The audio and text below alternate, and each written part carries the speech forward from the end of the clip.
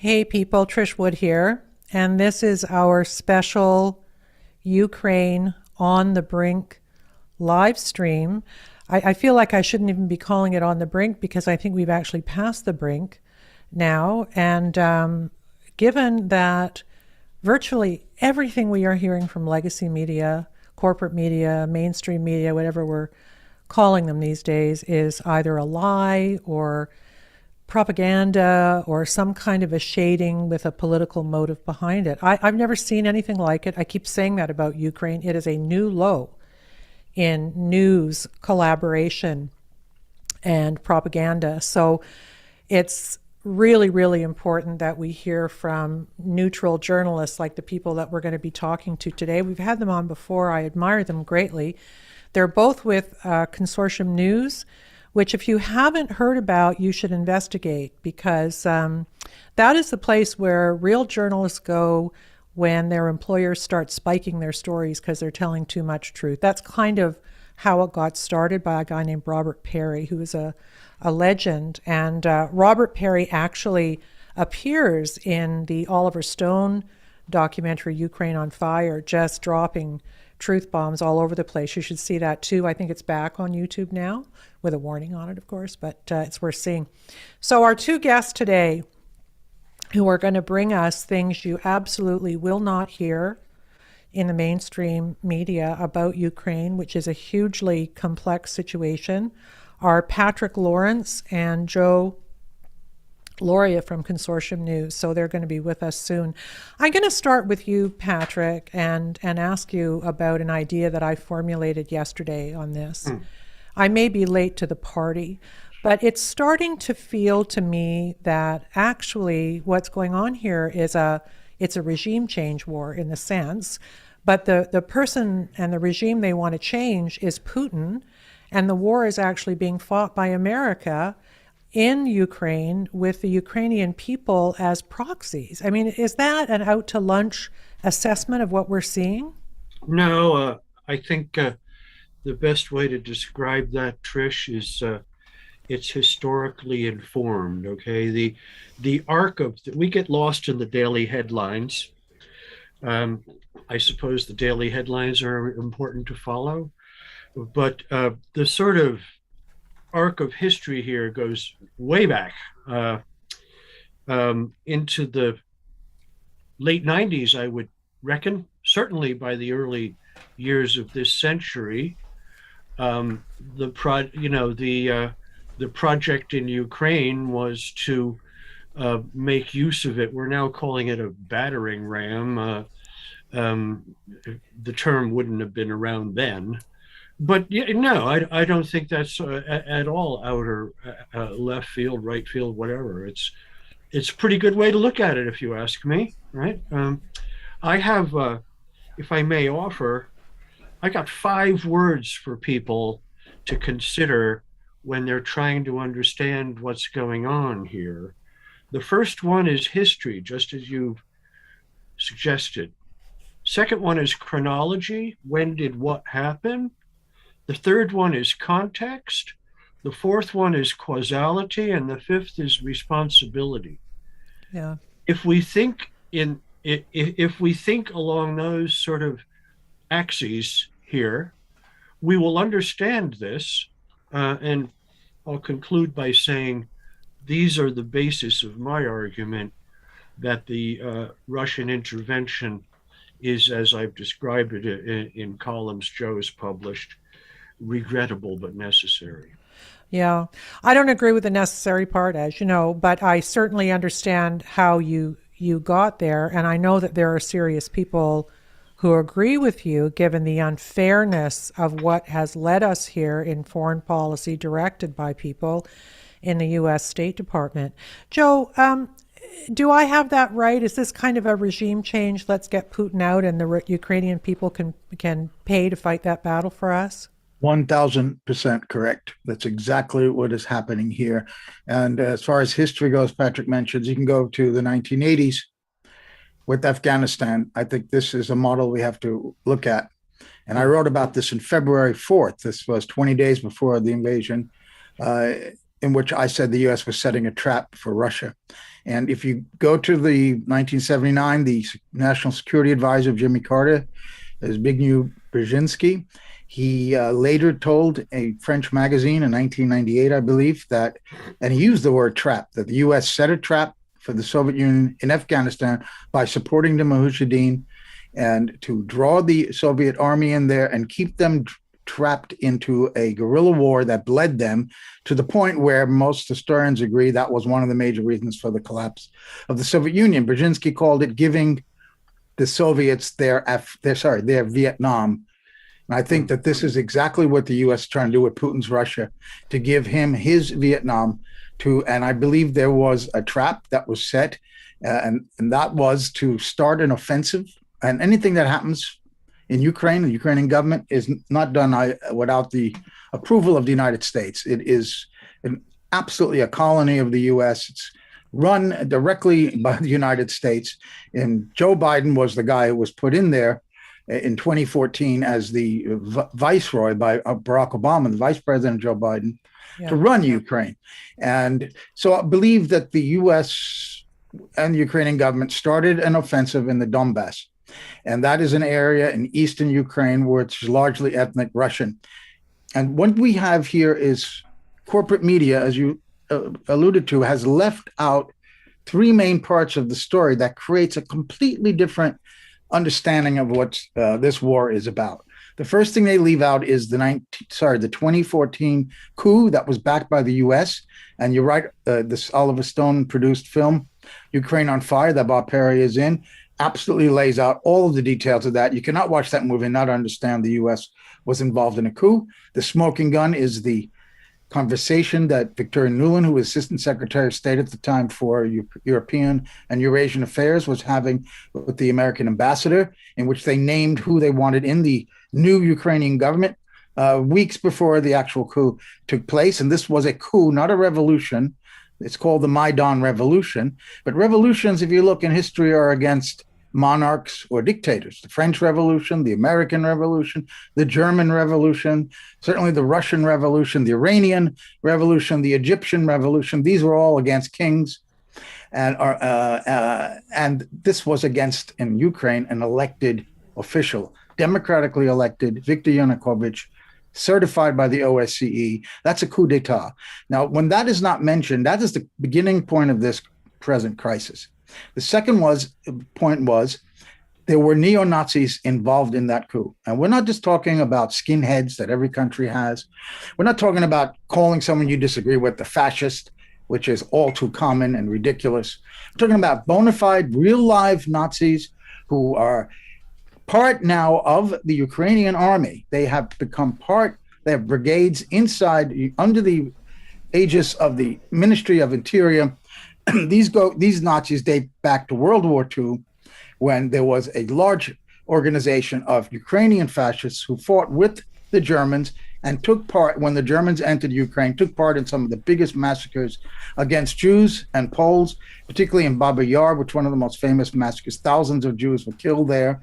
The leader of that group was Stepan Bandera. He then wanted to start his own independent fascist Ukrainian state. That's when the German Nazis turned against him, and they fought each other. And there was, but after the war ended, the American CIA worked with these people, as they did with German Nazis, to try to undermine the Soviet Union. They set up an office in New York, they had publications.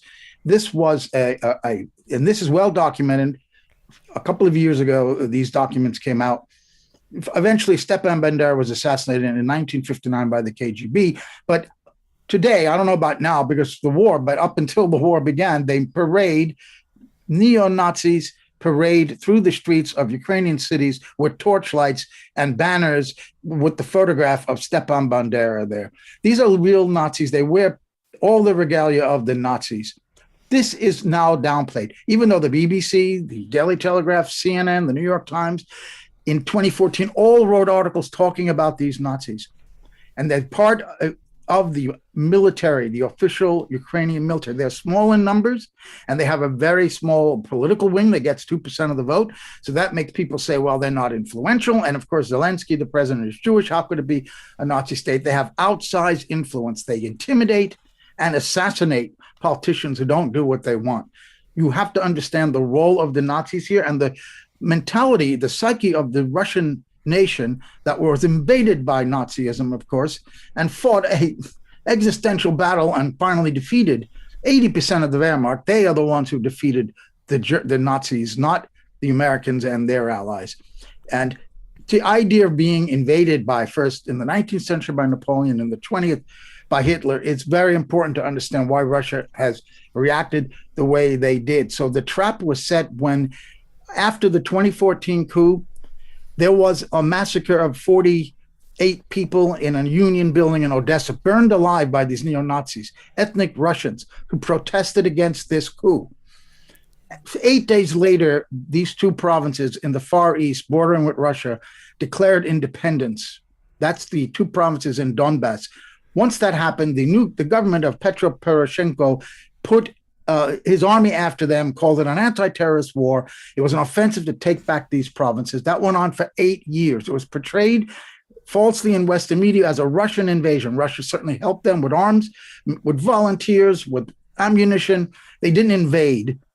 And this war was going on for 8 years, and that offensive was beginning on February 23rd. OSCE statistics show the shelling from the government side into those two provinces ramped up dramatically, and that's when I believe the trap was set, and Putin had no choice but to go in there from the Russian point of view. Now, you can argue the legality of the war, whether it was wise. Patrick did write that, but as a whole, we don't support conservative news, or we have not denounced this Russian invasion. Our role is to explain it. So without those three things, the Nazis, the coup, and the war in Donbass, you cannot understand this war. And that has been excised and whitewashed out of mainstream reporting. So the American public and Europeans don't have a clue what this war is about. It's an attempt to bring down the Putin regime. And the way that they want to do that is through not direct warfare, NATO against Russia, which would be a catastrophic beyond our imagination potentially, but through this unbelievably strong economic war to sanction even the central bank of Russia, through the information war that I've just been discussing, and a guerrilla war that they are clearly trying to start here with another $800 million of U.S. arms. They're putting arms in there. Foreign fighters are coming in, many neo-Nazis from around the world going there to fight, and others. And so this is the way to bring down the Putin's Russia, exactly as you said, the way they brought down the Soviet Union in Afghanistan through economic war, information war, and this guerrilla war.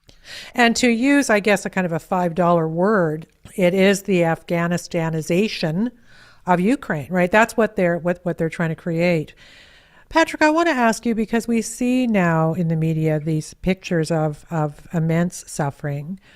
We also are hearing stories, I heard Colonel McGregor talking about this, that people who've gone there, to fight for Ukraine, thinking that it was going to be a cakewalk based on the propaganda coming out of Zelensky and DC elites, are saying, whoa, this is a meat grinder. It's not what you think. The Russians know what they're doing. They're not losing.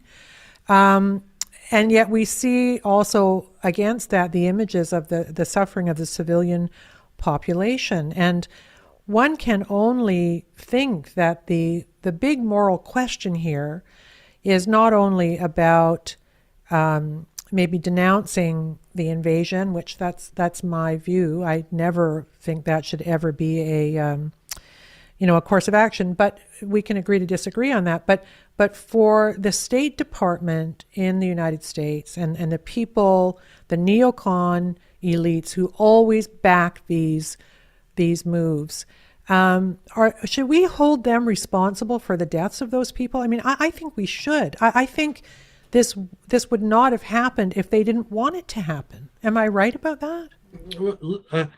Responsibility was the fifth of those 5 words I consider to be key. Yeah. Yes, I'm not sure how important that is right now, but when this all gets laid out and the spool is unspooled and we see what's been going on here, I think this is Washington's war. I don't have a whole lot of ambivalence on that point. Yeah, no, Really. I think you're right. The other thing I wanted to ask you too about, you're talking about the Nazis who are there fighting. Are they getting some of the weapons that is being sent into Ukraine by the West? Is it going into their hands? There's a short answer, and the short answer is I don't know, right? The the longer answer is we need to be very, very careful at this point to understand what we know and what we don't know, what we surmise, right? The the Western press, my daily paper is the Times. As you said, it's just, I've been in the craft for 50 years. It's just flooring what they're doing now, right? Give me a for instance, Patrick. For example, the report, we've had reports of bombings of let me sort it out here, a maternity hospital, some kind of dramatic theater, Yeah. I believe an art school, A school, yeah. various sort of Hot button buildings, yeah, right? They're all hot button words. Schools, right? Hospitals, right. pregnant women, yeah. It's the same as we got in Syria, really, right? Yeah. Read the pieces carefully, right? I urge your viewers. Where is this information coming from? A hospital has been bombed with 400 people in it. A theater, a maternity ward, more than 1,000 people. Comma, Ukrainian officials say. Yeah. Wait a minute. That is journalistic malpractice in almost its purest form, right? That's fine.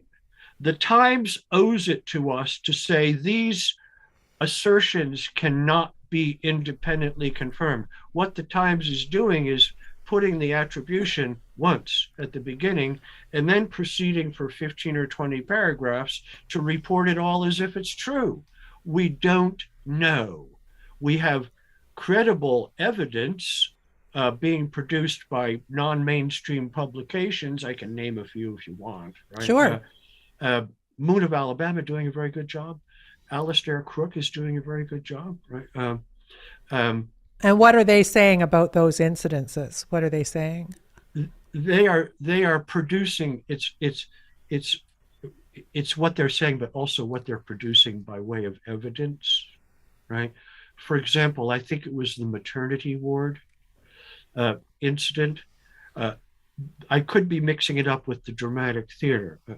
In one or another of them, and maybe both, the Russians were saying a good week before this happened, this building has been cleared out and it is now being used by the Azov battalion as a base of operations to fire on incoming Russian troops. And they produce evidence to this effect, right? Now, again, great care must be taken. That's what the Russian side is saying. This is what the Western side is saying. Old saying, Joe knows it well enough. The first casualty of war is the truth. A great book with that title, Philip Knightley. Right. Yeah. We need to be very careful. But the idea that the Kiev regime can be trusted to give us accurate accounts of what's going on is laughable. Well, nothing is laughable about this. It's preposterous. It's absurd. How's that? Absurd. Yeah. I was reading. I think it was maybe Colonel McGregor who wrote an article about 10 days or so ago, asking if there is a path to peace here. And I'll throw to Joe on this because we did see comments from Zelensky from Agence France Presse suggesting that he was prepared to forego NATO. And that didn't make any kind of a bump in the news media at all. So the idea that there are talks and what does Zelensky really want and what's he prepared to actually relinquish, no sensible conversations around that are happening right now. Mm-hmm. And I'm just wondering if you, Joe, think that there is a path to peace that may be happening behind the scenes because people are getting pragmatic as the war goes on, or is that just talk? There is a path. I just want to make a comment on what Patrick just said, and to answer your previous question about whether the arms are going to these Nazi battalions like Azov. We have to believe that they are, because they're going to the Ukrainian military, and these Nazi groups are part of the Ukrainian military. They're not militias independent of the state. They're part of the state. So yes, there's no doubt that they're being armed by the West. Now, and as far as he's right, I just want to fill in that the UN ambassador, Russian ambassador to the UN, 3 days before the maternity ward incident, told the Security Council, and I watched it, that maternity ward in Mariupol was cleared out and became a gun emplacement for Azov battalion. So and same thing happened with the theater. It was the Ministry of Defense of Russia. So we're getting the Russian side from the MOD of Russia, which on Telegram sends out numerous statements throughout the day in English. Anybody can in Telegram can sign up. And then there's the Ukrainian side of the story, which the Western media, as Patrick very well laid out, they are just taking it as gospel truth and not telling the other side of the story at all. And I'm not saying who to believe. That we don't know what's going on the ground, but the Russians certainly did warn days in advance on both of those incidents that is what would happen. That's true. Now, your question about the path to peace. Mm-hmm. Zelensky, in the middle of an interview, he gave one to ABC News maybe 2 or 3 Sundays ago. And in the middle of the interview, he changed his positions. The guy is changing his position every day, or as I say, even within 10, 15 minutes. He will, on the one hand, call for NATO to intervene to create a no-fly zone over Ukraine. And then in the next breath, he'll say, I want to negotiate, and I think I will give in to the 3 demands that Russia has made. And that's one, to agree that Crimea is forever part of Russia. 2, that the Donbass, those 2 provinces in the east I was talking about, are independent of Ukraine, and they would have been part of Ukraine under the Minsk Accords that Ukraine and the U.S. never pushed them to implement, that Russia was trying to implement. And the third one would be that they put in their constitution in Ukraine that they will be a neutral state. That means they will not join any bloc. They will not join NATO. Those are the 3 demands. So he's facilitating between saying he's open to discussing that and saying that he wants NATO to intervene, which would be insanity because it could lead and would lead to direct war between NATO and Russia. And that's what both sides want to avoid, except we have ideologues in the Senate and in the House and in the American media and in the State Department who want this. They want a no-fly zone. They want a direct confrontation with NATO, which could lead to the most unimaginable consequences for the entire world. And you know what I'm talking about. There is only the sane realists at the Pentagon who are saying no. And so far, Biden, who's between these 2 sides, the State Department and the Pentagon, is siding with the Pentagon, steadfastly saying no intervention. Now, the Russians fight wars different than the Americans. They invaded, but they also started a diplomatic tract of negotiations. There's been several meetings already between delegations in Belarus, in Turkey. The foreign ministers met between Russia and Ukraine while the fighting is going on.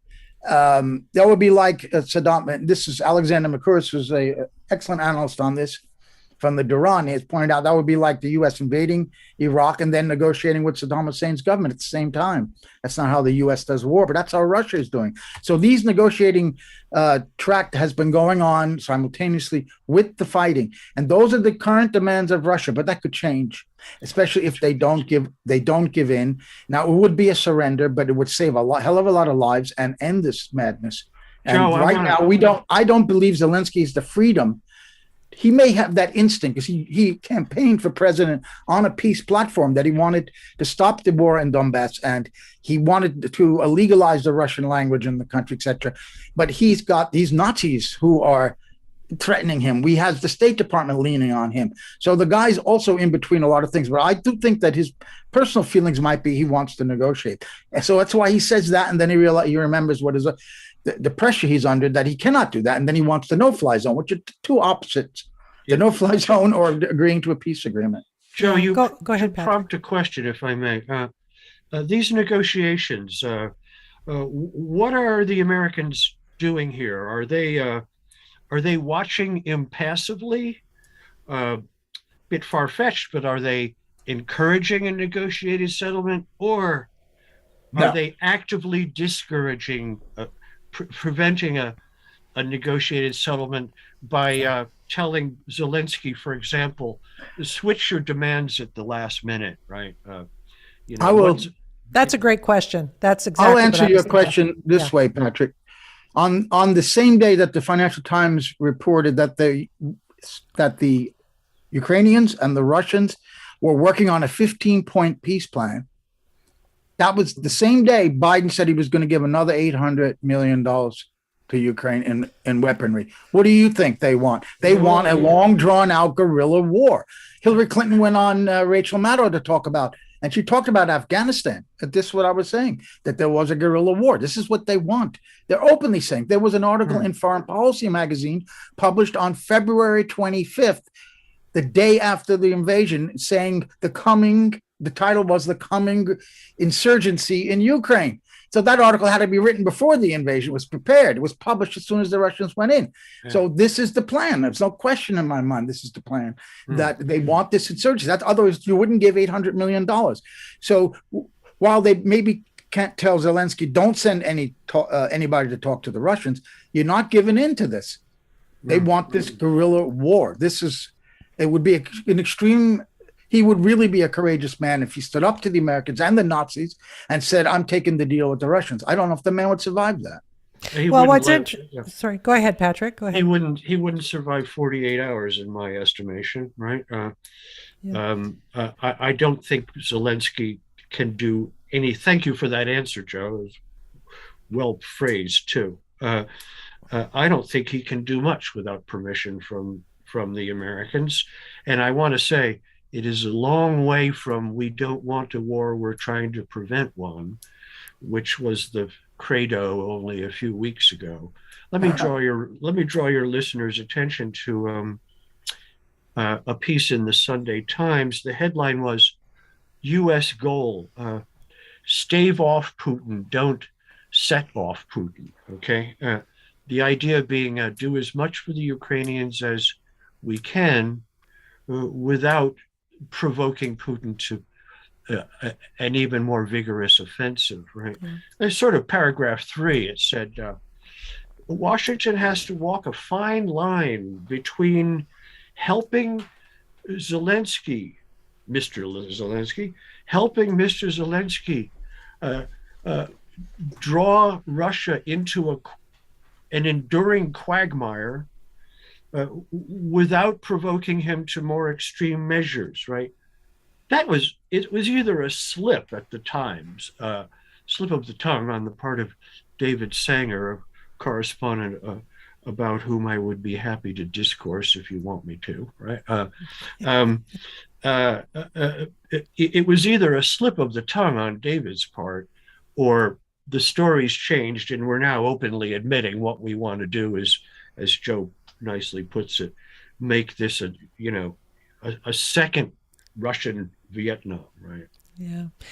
What do you think, while we're on the subject of Zelensky, that he's up to? Because he does appear to be all over the map.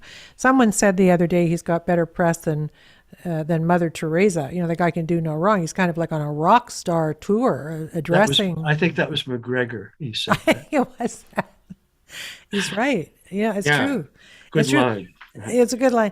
I can't figure out what he's about. Like, is he actually like an evil guy who's doing the bidding of America and luring his own citizens into a fight they can't win with all the carnage and heartbreak that entails? Or is he an honest guy who's being pulled in multiple directions? What do you make of the way he's behaving? It's really, I can't, aside from the kind of fake Churchillian rhetoric, which I find offensive because the situations are not even remotely the same. It's disgusting. But he has figured out that most people today are headline readers. They love a hot take, they love a quick take, and they don't want to think deeply about anything. So using, Churchillian language goes a long way with the people who are now screaming that we should head to World War III because Zelensky's feelings are hurt. Anyway, that was a bit of a rant. But but what do we make of him? Where do you psychologically think he is in reality, given the complexity of Ukraine as a client state, really, for America? Joe, you want to go for that? Yeah, I think he's in over his head. I don't know him. He doesn't seem like an evil man. There are a lot of evil people in Ukraine, and those Nazis is what I'm referring to. His story, of course. He is a creature of a guy called Igor Kolomoisky, who is a Ukrainian, Israeli, Cypriot oligarch who owned the largest media company in Ukraine. And he started a TV program called Servant of the People, in which Zelensky, who was an actor and a comedian, played a president of Ukraine in a comedy show. And he wanted to join the European Union and NATO, just like the real policy. And this guy, Zelensky, then set him up to actually run for president in a new political party named Servant of the People, same as the title of the TV show. And he won overwhelmingly as the president. So he got thrust into a role. He's not a politician. He's not a political leader. He's an actor and a comedian. But he's in an unbelievably difficult country to rule, obviously, even before this phase of the war began, because this is an 8-year war, a civil war that was going on, that Russia has intervened in on the side of those people in the Donbass. So I think his instincts to me seem to be, and he ran on this, that he wanted peace, but he was not allowed to do it. And he's under the pressure again of these hard right extremists and the United States. And so he's trying to stay alive. I think he's probably, because he's an actor and he could not believe his luck, maybe in terms of how famous and adored he is in the United States right now. So I think he's probably enjoying that. His speech to Congress was abominable. And I believe that, and I put this out as a tweet, I really believe that the CIA or the State Department wrote that speech for him, which is it's not the Pentagon. Because they don't want the no-fly zone, and he called for protecting his skies. But these references to Pearl Harbor, to 9/11, to Martin Luther King, and he just gave a speech to the Knesset yesterday, in which he again referred to the Holocaust, etc. And he's, of course, he's Jewish, but he said in there that Ukraine protected the Jews during World War II, which led an Israeli writer to put out a statement today saying that this was the most unadulterated historical revisionism that she'd ever seen. I mean, so they're crafting these speeches for the various parliaments. I didn't catch his speech to the British Parliament, but I'm sure that MI6 had a role in that one too, because it's kind of bizarre to think that members of the U.S. Congress are reading a speech most likely written by the American intelligence agency to get tears coming out of Congress people and in the American population. This is an unbelievable psyop, and you couldn't get away with it if you reported the 3 things that I say are purposely being left out of here: the coup, the war on Donbass, and the existence of the Nazis. That is whitewashed. Once you take that out, you've got a different story. You have an evil, crazed man in the Kremlin waking up one morning and saying, who am I going to invade today? Let me look at the map. Oh, okay, I'll invade Ukraine today. I mean, that's the kind of cartoon version of the story we're getting in the American media. But and people believe it. They're buying it. They believe it, The number of Ukraine flags that have gone up in various social media accounts is absolutely mind-boggling. It's mind-boggling and funny, but also it's really terrifying because, the stupider we are and the less informed we are and the more vulnerable to propaganda we are, the worse the world gets by the minute. And that's kind of accelerating now because the propaganda is getting more and more. But I did want to talk to you guys about false flags too, because that obviously, yes, the first casualty of war is truth, agreed. But in this war, I feel that the potential for false flags is big. And I circle back to Victoria Nuland and her comment when she was speaking to Marco Rubio about the biolabs, and following that back and forth in the media has been hilarious. I mean, she said it, and they're never going to be able to get rid of that tape. She said they're there, and we're afraid. So whatever they try and parse that, forget it. But she had also felt when she said, "Oh, I'm 100% sure that if there's chemical weapons used, it's the Russians," right? Like that's so she's actually literally setting up a false flag there, isn't she? Is that what? Yeah, I mean, look, I think it makes an enormous difference when somebody is under oath, right? Everybody under the sun, Adam Schiff, and so on and so on. I've seen evidence of Russian meddling in the American election. I've seen evidence. I have the evidence, right? In 2020, it came out. Every one of those people, Tucker Carlson did a splendid sort of montage of them. Every one of them went under oath, said, no, I never saw any evidence, right? And I think what we're can I just stop you there and say, who the biggest guy was in all of that? It was the guy from CrowdStrike, right? Who said, actually, Sean, what's his face? Under oath, he's saying, well, yeah, actually, they likely they weren't really hacked. There's no evidence they were hacked. They could have been like downloaded. I mean, it was. Here we are, Consortium News. Right? No, but it was the crux of the whole. Yeah. Well, I know that because you've got all the smart former spooks who understand how to analyze whether something is downloaded or hacked, right? What was your question then? Where were we? Oh, we were talking about false flags. Oh, yeah, right? false flags. False flags, yeah. They sort of, the false flag seems to be quite fashionable since the Syria episodes, right? Several of them, right? Yeah. Do you want to explain what they are, just because a lot of people haven't been following Syrian story? There's one characteristic of the false flags that I note repeatedly.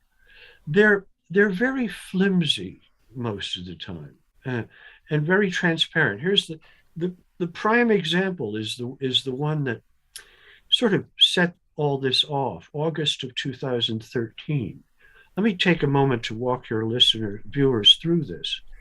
August of 2013, UN inspectors were sent to Damascus to verify the state of, presumably the absence of chemical weapons in the Syrian military's inventory, right? They arrived, I can't remember, August 11th or 12th, and checked into their hotels. The next day, there was a chemical weapons attack in a suburb of Damascus. And it was immediately blamed on the Assad government.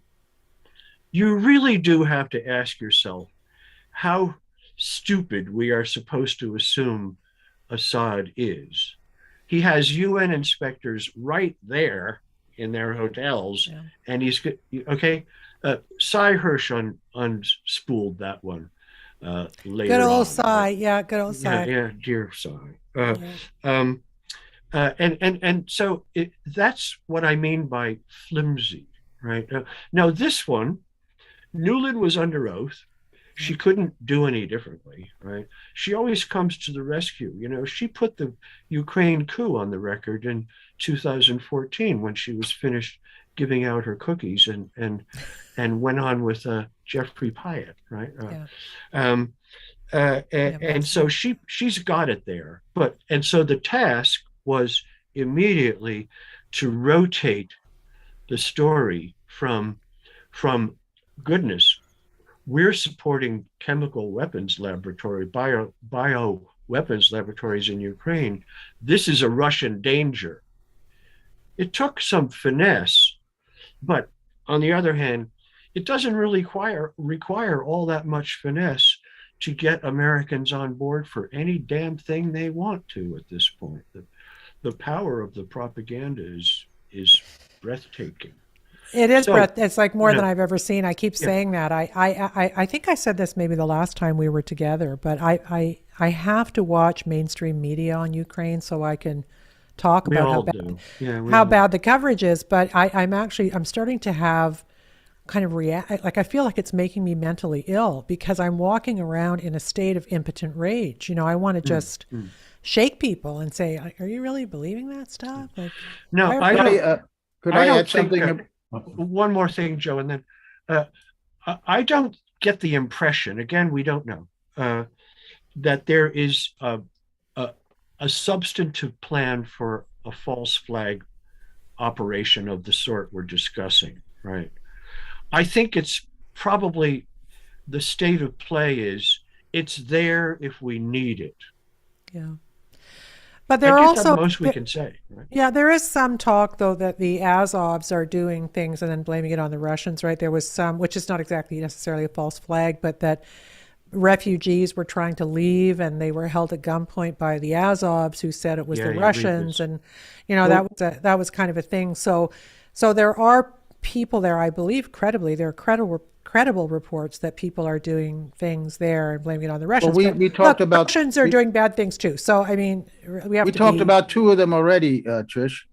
The theater and the maternity ward. The Russians, yes, in 3 days before, warned that this would happen. And what is the purpose of these so-called false flags, which is to attack your own people in order to get a result, a result. And the result that's wanted is intervention. In Syria, it was intervention by the U.S. into the Syrian war. This is what the jihadists wanted. And so if they planted chemical weapons and blamed it on Syrian government, then the U.S. was supposed to intervene. That's because Obama had put a red line there. So that was an invitation. Yeah. If they use chemical weapons, we'll intervene. Of course, in the end, Putin saved his butt because he devised a deal where they would destroy Syria's chemical weapons. In Ukraine, we've seen those two instances where they want a NATO intervention, a no-fly zone.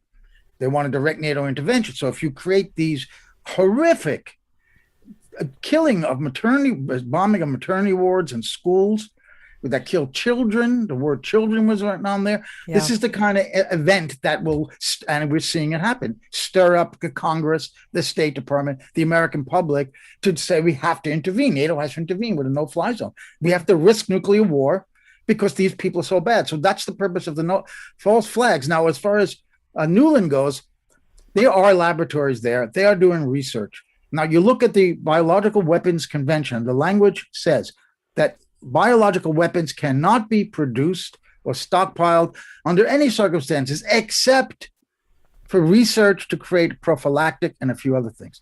So the convention allows you to actually create a biological weapon if you want to get an antidote for that, a vaccine for the biological weapon. So this is what the Americans say they're doing in these Pentagon-funded labs scattered all over the world, in Africa, in Ukraine, all over the world, and inside the U.S. There are labs where they create a biological weapon in order to get the antidote to give to their troops. This is the official cover because that's covered by the convention, the Biological Weapons Convention. Whether they're really doing that or not, whether they're actually creating a biological weapon in order to use that, the key is whether they're stockpiling and that. There's no evidence that there is. So Nuland might have been saying that she didn't want the Russians to get in there to get their prototype, their weapon that they created for that reason. But I don't know what the truth is there, what America is really doing in those labs.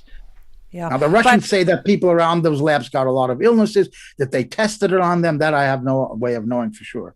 Well, what was really illustrative for me was not just what she said, and then sort of Tucker Carlson kind of made it his mission for a few days, and watching then the pushback from various bodies within the U.S. government in various ways to try to quash it. And what they did was they kind of flooded the zone with different language, right? So Tucker Carlson was saying biolabs. Nuland was saying biolabs. And they were saying, we don't have any bioweapons labs there. As if that, so they're all just muddying the water. But I just keep saying, Trish, go back to the tape. What? The phrasing was very important. Yeah. The United States does not own or operate biolabs in Ukraine. Very tricky. Yeah. Yeah. Right? But they do. The documents exist for that. On the website of the American Embassy in Ukraine, they own biolabs. What they're doing in there is another question. Ownership. Okay. They funded it. They funded it. They don't maybe own them, but they built them and they funded it. This is how they parse their Okay. pronouncements, right? Yeah, Right. but if they're looking for a prophylax or some kind of an antidote to a bio weapon, they could call what they're doing there a bio lab, maybe get away with that, right? Instead of calling it what it is. Even though if that stuff got out, it would be terrible for people, right?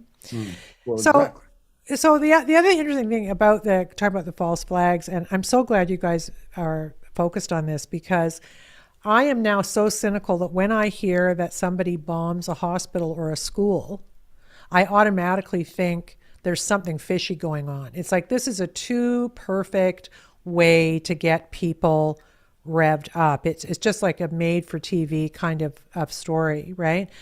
And I guess what this leaves me wondering is what we actually know about who is succeeding militarily over there. There's one story, and I think this is probably true to some degree, that that Putin went in not expecting to do a lot of damage, not planning to have a big violent war, but then was accused of losing the war, and that sort of congealed around the escalation somehow. So what are you guys, not that I'm not blaming him for escalating, but tell me what you guys think is actually happening on the ground. On one hand, we see these big pictures of crumbled buildings, and on the other hand, they're saying, well, he can't win, he's not winning, which is kind of contradictory. So how are you guys sorting through the nonsense on this? I think you can paint any picture you want, depending on how you portray Moscow's plans and ambitions. Okay, what I'm reading that seems to make most sense to me is he does not want. I'm going to take it away the personal part. Russia does not want to occupy Western Ukraine or even central Ukraine. It's very much interested in Eastern and Southeastern Ukraine. It starts to look as if the plan may be to how to put it, to deprive Ukraine, as now constituted, of any Black Sea coast and neutralize the entire area bordering on or close to the frontiers with the Russian Federation, and leave the rest. Basically, it's a failed state already, but basically to render it medium to long-term basket case, and to say, NATO, you want Ukraine? Here, have Ukraine, right? It would have very little chance of surviving other than by life support, right?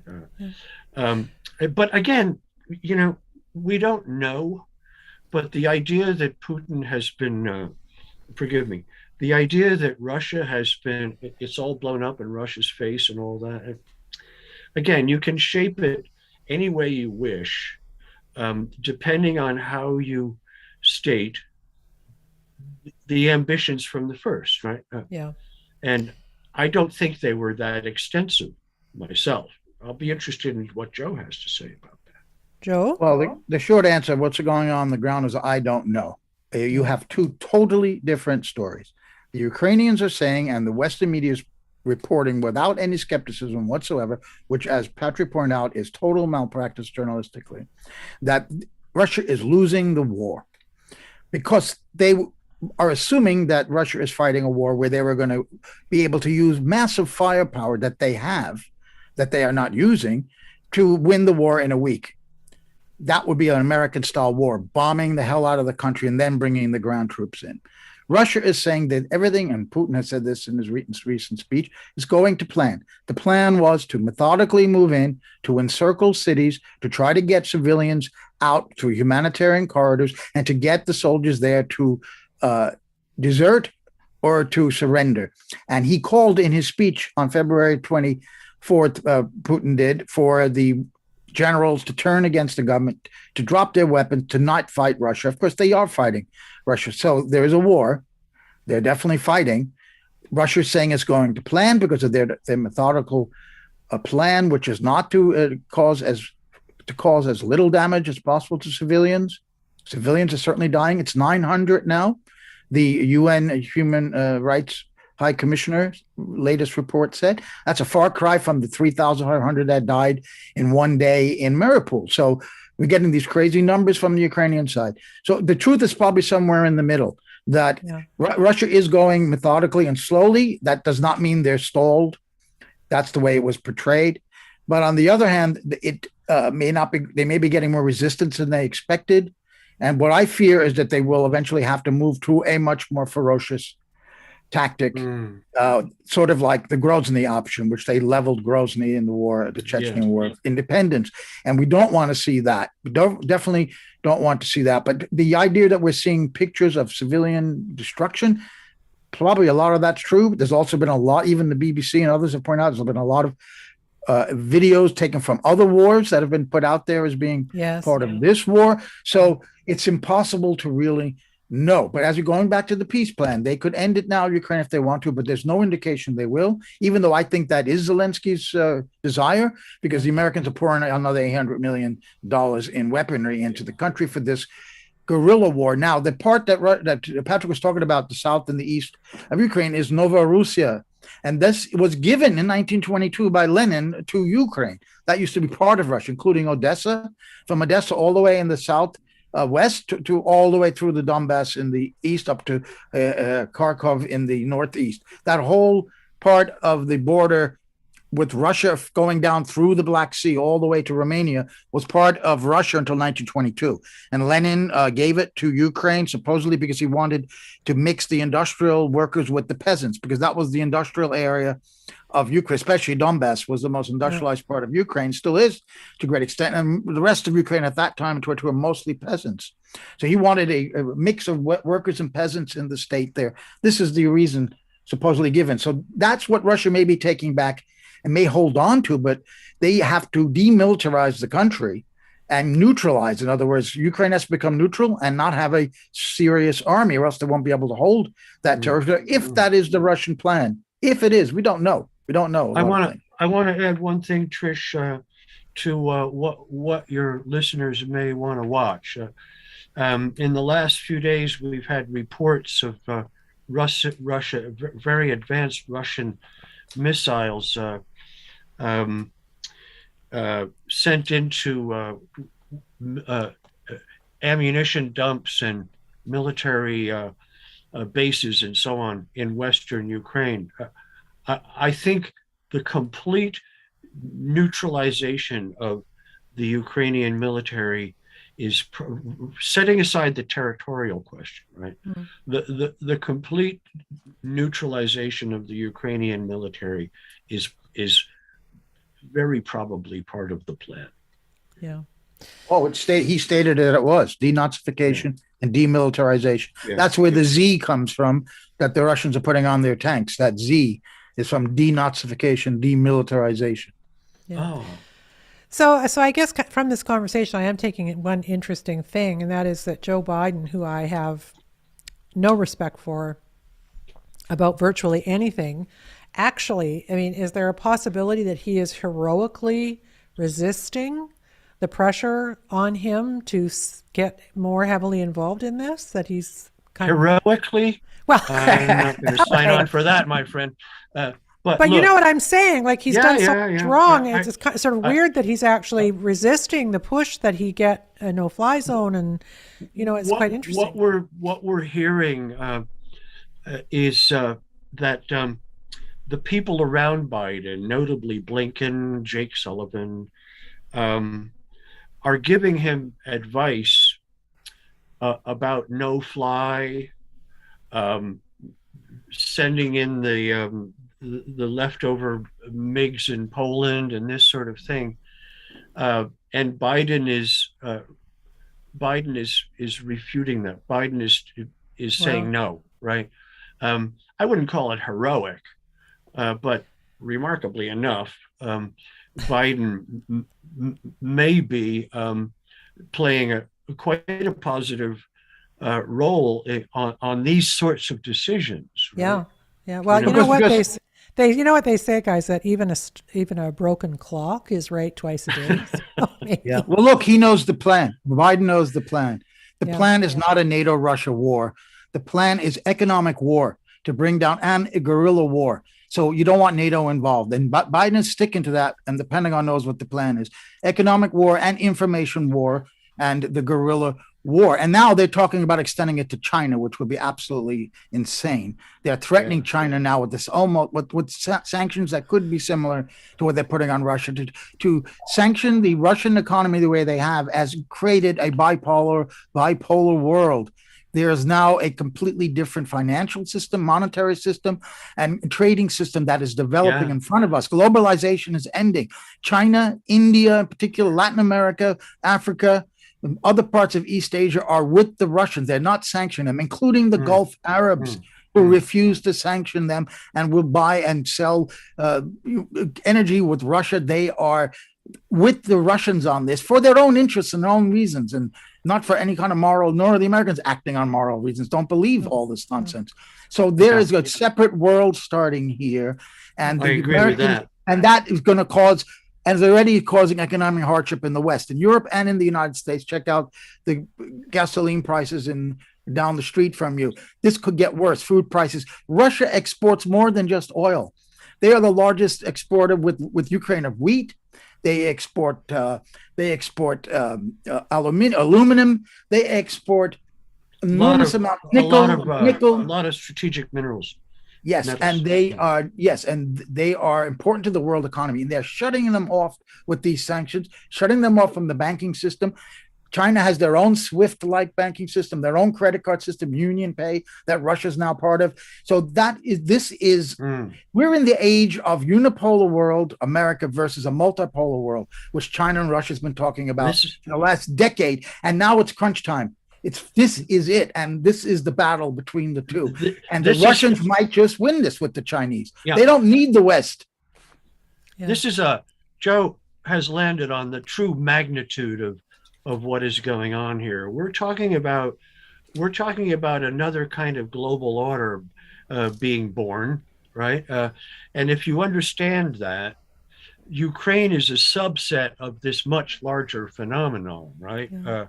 And it's, if I may go back to a point that will not agree to everybody, appeal to everybody. This is why this is a necessary proposition. What's going on in Ukraine? This kind of shift in the global order is just bound not to happen pleasantly, especially when you have an empire on its back foot, right? Yeah. We can't do anything about that. America is, well, which empire's on its back foot? America's on its back foot, in my view, too. Yeah, well, that's what I meant. Yeah, totally. May I share a delightful tweet with you that a Chinese journalist sent out the other day, remarking on Blinken's effort to get the Chinese to help against Russia. Terrifying. The tweet was, will you help me attack your friends so we can concentrate on attacking you later on? I know. It's a new world order, right? Right. Yeah. It's a real new world order, not the one George H.W. Bush was talking about. That was just a continuation of an American world order. Yeah. This is a new world order. And let me I got two quick things to say, and then we got to go. But is this Obama driven? I don't quite understand how Joe Biden got the nomination. He was finished, it was over, and now all of a sudden, boom, he's the guy, and everybody's lining up behind him. And of course, he brings into his administration all these Obama, NatSec, foreign policy, State Department types, right? Same team. So is Obama or Susan Rice or somebody behind the scenes carrying through with a plan that existed some time ago? Is that possible or no? The personnel are the same. You know, there's a kind of, I don't want to use the word cabal, but there's kind of cabal. You like cabal? What about clique? We'll go with, there's a clique of these people who span administrations. I think, I don't think Barack Obama is standing behind this as some eminence grise or anything like that. It's just the carryover from this administration, right? Hillary is part of it. She happens to be totally unappealing to American voters, right?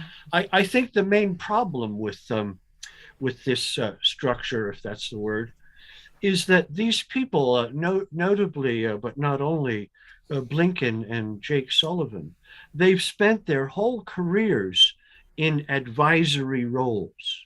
They've spent their whole careers whispering in the ears of Obama and Hillary and Biden, right? And you can give advice and it will be accepted or rejected, right? Or taken into consideration and modified. But now they are in executive positions. If you look at their CVs, I think for the first time in their professional lives, and they're just not up to it. No, they're not totally ineptitude. I know. So in closing, I just want to say this: we had the great Oliver Stone on the podcast this week talking about JFK Revisited, which is to me a pretty slam dunk case. It just blew me away. I've seen it twice and took notes. It's pretty dense, but there is a clip in that documentary by, I think his name is David Talbot, he's a journalist. And David Talbot, and he says something that I think kind of applies maybe to what we're seeing now and what we've been seeing really since the assassination. He says this, he says, if you can assassinate a president in broad daylight on a sunny day in an open car in front of the whole world and get away with it, then that indicates a kind of a fundamental change in the power balance between the people and the state, right? The state killed this really popular president and no one's paid the price. The cover-up has existed for years. No one's ever going to have another big commission. It's going to be guys like Oliver Stone cranking out more and more and more granular details about it. But I think it kind of highlights where we are right now, in which the will of the people, meaning us, in Western democracies, isn't listened to. And they just sort of do what they want and get away with it, no matter how dangerous. I do think about nuclear war now every day still. I ended my show this week with one of those duck and cover videos they made for teenagers in 1950, or not teenagers, but children in 1951. And I think that's something we all need to think about, is how much power we actually don't have in these situations. I think you're right to single out the assassinations, all three of them really in the 60s. Yeah. The two Kennedys and MLK, right? Yeah. Oliver Stone is on for this, and he thinks the same thing. In fact, I've learned things from Oliver about this topic. Yeah. I think the way the world works and where the world was headed changed then. Yeah, me too. The tragedy is we were headed into a world order that would have had some morality to it, right? It would have had some it would have had some balance, some equity, right? Some multipolarity. Kennedy didn't use the word, but he was talking about it before he was killed, right? I think Kennedy went through a pretty considerable evolution in the course of his years in office, right? Maybe Joe has more to say, but I think that was a turning point. I think that was a world historical turning point when he was killed. Yeah, me too. Joe? I think he's right. I think you're right, Patrick. It was a more humane world. I don't know about moral. A world where the Soviets and the Americans were perhaps going to move towards an earlier détente than the one we got in the 70s. And that anti-colonial feeling there, that maybe the decolonization would have gone a lot more smoothly than it did. But we'll never know that. But it was a world historical point. And we're in one now, as we were discussing before, over Ukraine and the two worlds and the end of globalization and the beginning of two different systems.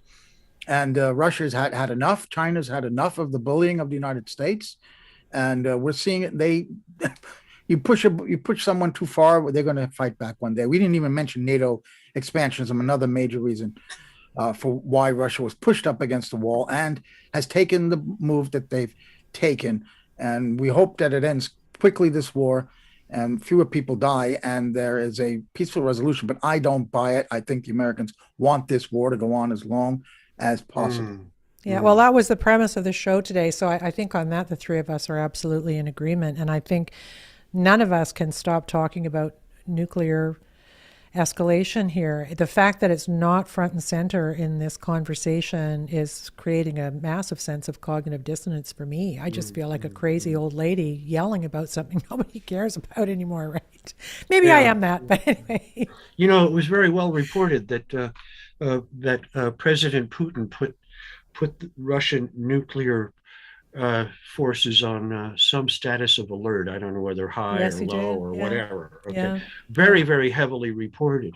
Yeah. Unreported, except in media we're not supposed to read, is the fact that that was a response to remarks Zelensky made in Kiev several days earlier, to the effect that the declaration, the Belgrade Declaration, is it? I can't remember what city it's named after, right? Budapest. Yeah. Joe knows what I'm talking about then, and probably It knows was in more Munich. about that. He made the statement in Munich, not in Kiev. Anyway, Okay. Oh, that's right. At the security conference, saying we want out of that. We want out of that pact, suggesting we'd like to think about having our nukes back. Yeah. There you go. You know, but of course that's left out of the conversation. So yeah. So anyway, thank you very much. Let's do this again because it's gonna be. Always maybe nice we'll to be see doing you, this Trish. for. Yeah, you too. We'll probably be doing it for 10 years if the State Department gets its way. They'll be bogged down. Anyway, thanks so much for doing this. It's great to have two smart, old school journalists helping us sort this out. It's so beneficial for us. So thank you. Very grateful. You're welcome, Trish. You're welcome and a pleasure. Thank you. Bye. Bye. Bye. Bye. Yeah. Trish, did you want me to engage the Biden question with you now, or what's the plan there? Which part of the Biden question? Are we still on or are we off? Are we on or off? We're on. Okay, so yeah, do you want to do it? I'm just responding to your note saying that after we're done on Ukraine, you want to engage the. You want to engage the. Yeah, Hunter we Bidens. didn't. You know what?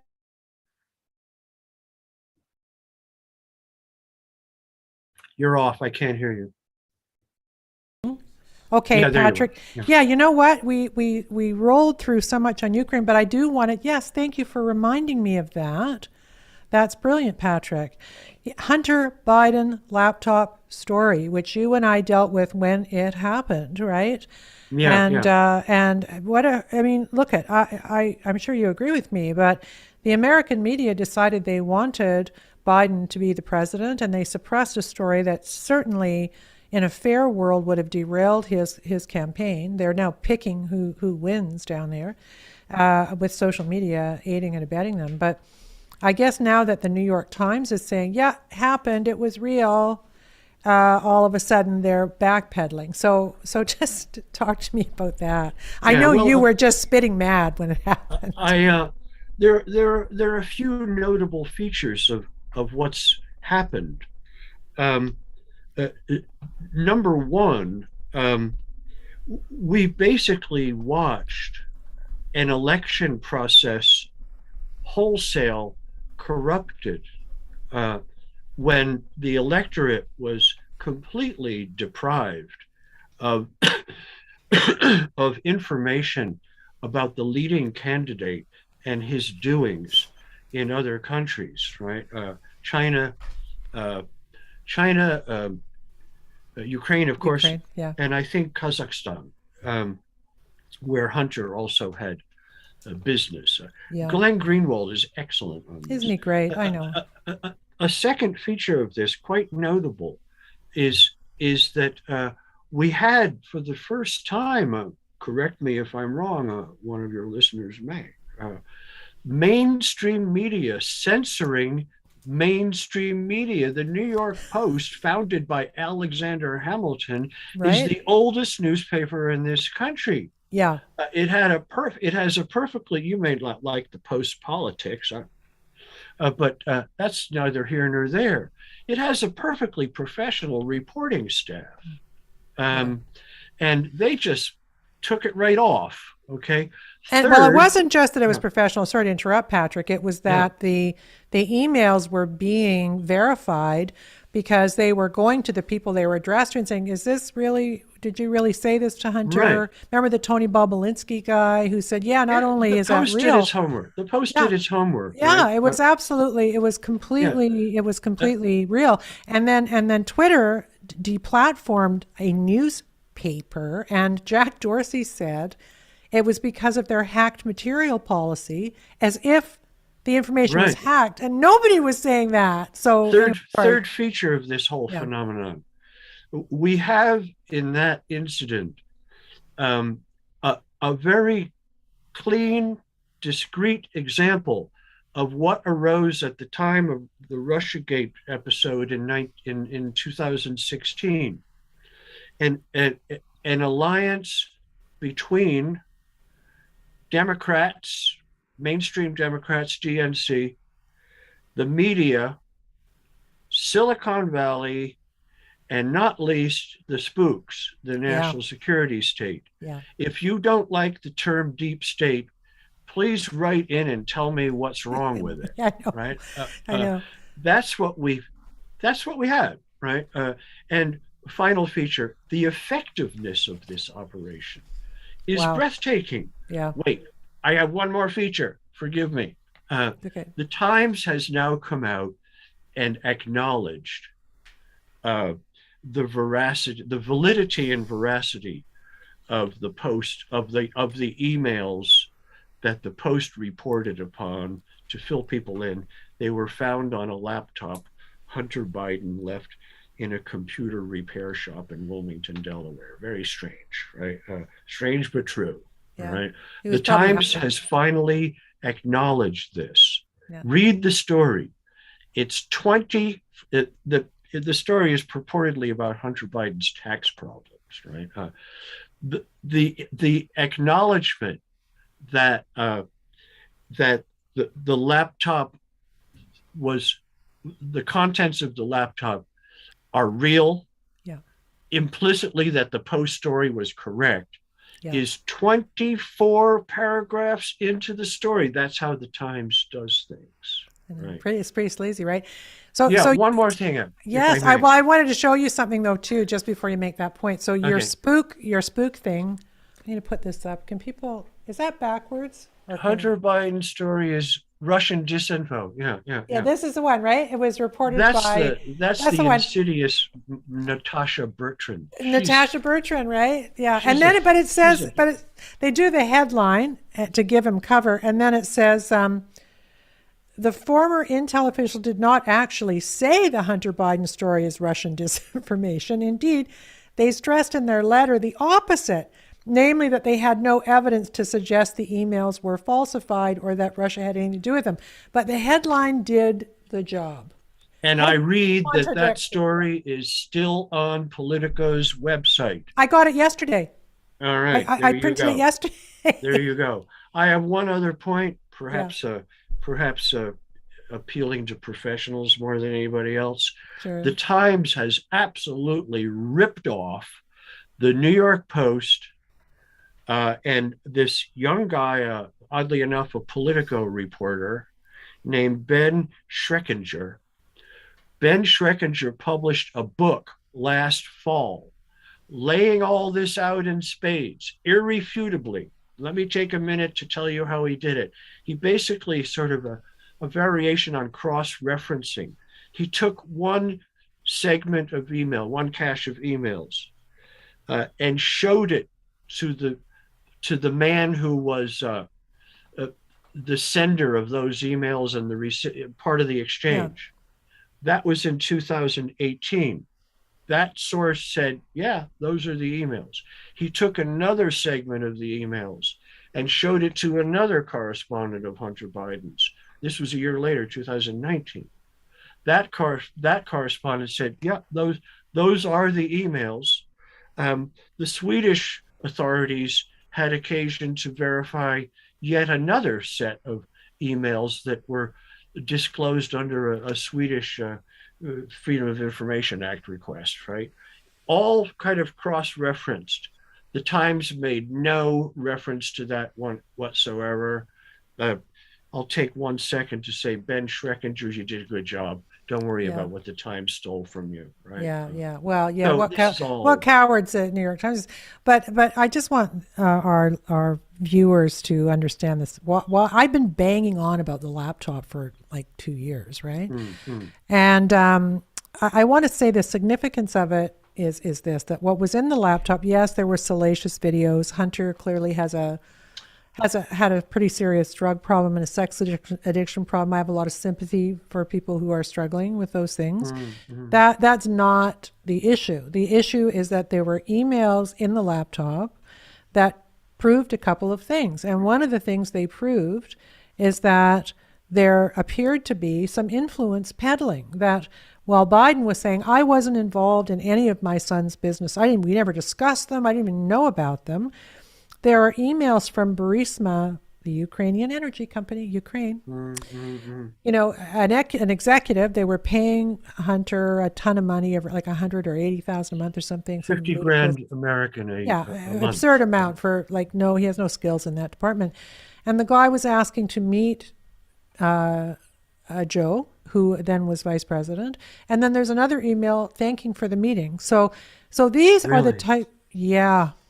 And Bob Alinsky also said, because he had direct dealings with Hunter, that Joe was totally in the loop on these deals and was getting money from the deals. So listen, if I may, we have language in there. It's an absolute stretch to say that it's ambiguous language, but let's accept that. Where Hunter is saying, to the effect, the big guy gets his 10%. I'm sorry. Joe Biden's name is not there. I really would like somebody to tell me who else the big guy might be. Right? This is so grave. It suggests very strongly we have an absolute out-and-out crook in the White House. Absolutely, it totally does. And I hope I'm not speaking out of turn to say that someone confirmed that the big guy was Joe. I think that might have been Bob Alinsky or somebody. Yeah, it was kind of slam dunky. And your point is true, that Joe Biden, as vice president, managed the Ukraine file. Right? And his son, certainly, very, very likely, he was also enriched by those dealings. And now he's in the White House running, a foreign policy disaster involving Ukraine. The issue is, for me as a journalist, would the American people have voted for Joe Biden if this had been given proper play in the mainstream media down there? There was a poll taken, and a high number of people, not more than 50% under, but a significant number of people said they wouldn't have voted for him if they'd known about this. So what we have here, just to be clear, it's not just that Joe Biden is compromised. It's not just that the media lied about the laptop. It's that the media and big tech conspired together, worked together. Let's maybe not conspired, but worked together to elect their candidate of choice by suppressing that laptop. Do you think if that laptop had been Donnie Trump Jr.'s, that they wouldn't have been all over it like a cheap seat? Come on. Farcical even to think about it. Yeah, I mean... look, the question whether it would have changed the election, it's what they call a Cleopatra's nose question, right? If Cleopatra's nose were larger, would it have changed history, right? Would she, do you see what I mean? Yeah. You can't answer is the question, is the point. You can't answer. Yeah. But I think it's beyond question. And this is Glenn Greenwald's point, among others. Yeah. The American public had a right to know that information. That is irrefutable. There's no question about that whatsoever. Yeah, no question. This was a deeply anti-democratic operation, deeply anti-democratic. Dishonest, and it really showed the media for who they are. And just to say about Glenn, who is a heroic person, he resigned from The Intercept, where he was making, I think, because they would Yeah, I know. He's making $500,000 a year or something because they tried to edit his copy about the laptop. So About this. about that. Yeah, absolutely about this. So there are honorable people, but this is the thing I want my viewers to really take on board. Well, this is what should land. They're not just doing that about Hunter Biden's laptop. They're doing that to you every day on every subject, including Ukraine.